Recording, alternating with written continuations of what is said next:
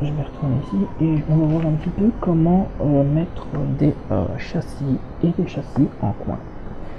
Donc pour mettre des fenêtres, on clique ici sur fenêtre, on choisit type de fenêtre. Alors ce qui est intéressant dans l'outil fenêtre, c'est qu'on peut créer des ouvertures sans châssis, c'est-à-dire que si on doit faire des trous, pour peu importe quelle raison, ou tailler un mur, ça peut être intéressant parfois d'utiliser l'ouverture de fenêtre. Donc, admettons l'ouverture de fenêtre, c'est toujours donc l'ouvre la bibliothèque, je choisis ouverture fenêtre, je choisis la forme que je veux. Maintenant, je vais faire je sais pas moi, une ouverture rectangulaire. Là, je fais OK. Donc, généralement, en perspective. Donc, paramètres.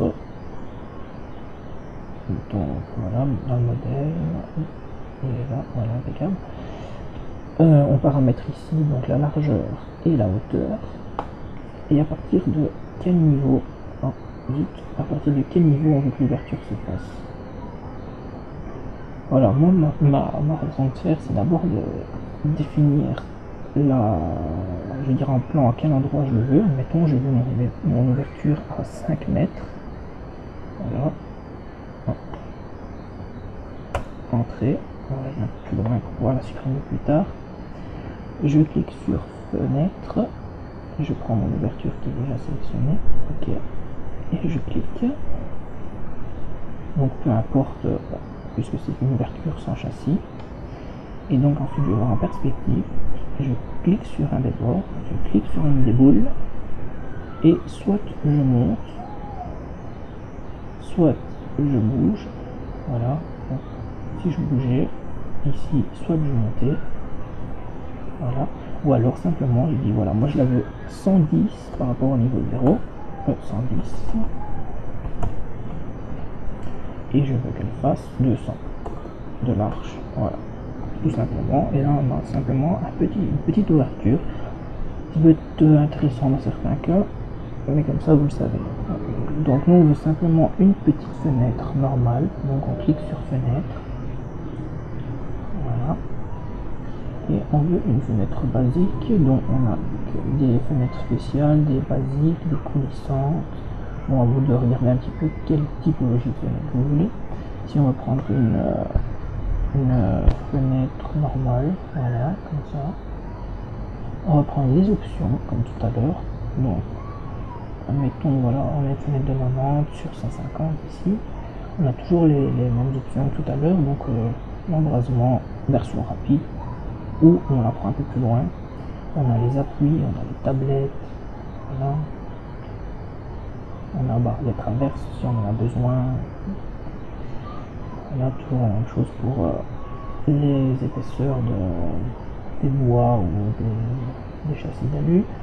Le type d'accrochage, donc ici on a les fenêtres basculantes accrochées sur le côté. Admettons, voilà, je veux une fenêtre basculante ici. Voilà, je prends cet embrasement, 12 cm, voilà, impeccable. Voilà, voilà, on a encore tout ça. Des options de tablette.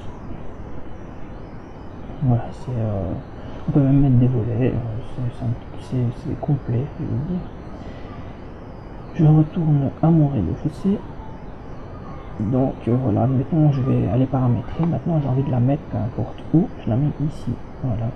Donc soit je clique vers l'intérieur, et alors voilà, on a l'intérieur, soit je clique à l'extérieur, et donc en fonction de l'embrasement, ce qui n'est pas spécialement visible ici, la fenêtre se place.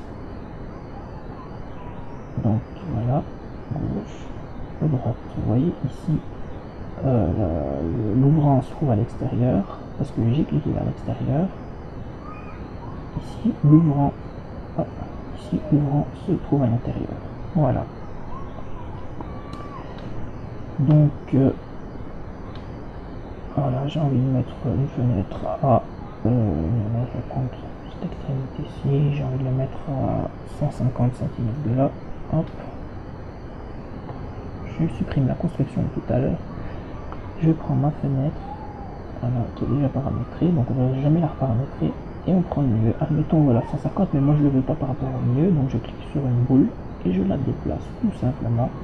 Elle s'accroche toute seule, je supprime. Donc perspective, et voilà. Donc maintenant, pour je ne sais quelle raison, je voudrais la déplacer, il n'y a pas de souci en 3D, je peux le faire aussi. Je peux donc l'élargir. Je peux augmenter, oh, pardon. Je peux l'allonger, je vais dire, voilà. Et je peux la déplacer, la tourner, la dupliquer. Voilà, vous voyez, c'est toujours, enfin c'est simple, c'est pratique. Donc ici ce que je vais faire, c'est que je vais l'aligner. Donc ici, hop, je prends un petit V et je m'aligne au châssis, impeccable comme ça. Donc voilà, maintenant je vais mettre une baie en coin. Alors la baie en coin, souvenez-vous, elle se trouve dans Autre. Fenêtre d'angle, ici on a toutes les typologies, toujours les épaisseurs, les hauteurs, à partir de quel niveau. Moi je vais à partir du niveau 0, admettons. Fenêtre d'angle, clac, vers l'extérieur, clac,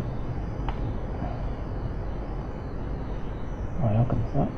Alors je peux, en cliquant, donc j'appuie sur majuscule pour sélectionner ce que j'ai déjà créé. Donc si je voulais sélectionner cette fenêtre-ci, je reste appuyé sur majuscule et ça devient bleu. Si je veux celle-ci ou cette dalle ou n'importe quoi, je reste appuyé sur majuscule et j'attends que ça devienne bleu. Voilà, je peux l'étendre avec ces pics ici, donc distance, nœud, hop, voilà. Je vais voir en perspective, elle est là, à partir du niveau 0, mais comme ma dalle est à plus 30, je vais simplement mettre ça à 30. La hauteur est conservée, la fenêtre est juste décalée de 30 cm. Maintenant, voilà, ce que je vais faire, c'est simplement, je vais l'aligner, toujours à l'autre fenêtre, hop, je reste appuyé sur le majuscule, hop, et voilà, impeccable, c'est fait. Et donc, pour les matières, c'est la même chose que pour la porte. On prend le même type de fenêtre, et ensuite, voilà, on va dans paramètres, matière, et on change toutes les matières qu'on veut. Donc admettons maintenant, j'ai envie de mettre une autre fenêtre d'angle, voilà, et je veux lui donner les mêmes paramètres, parce que l'outil pipette fonctionne toujours comme pour l'outil mur ou dalle, je les ai montrés au préalable. Donc moi j'appuie sur la raccourci ALT et je fais CTRL ALT et hop, on a la même chose.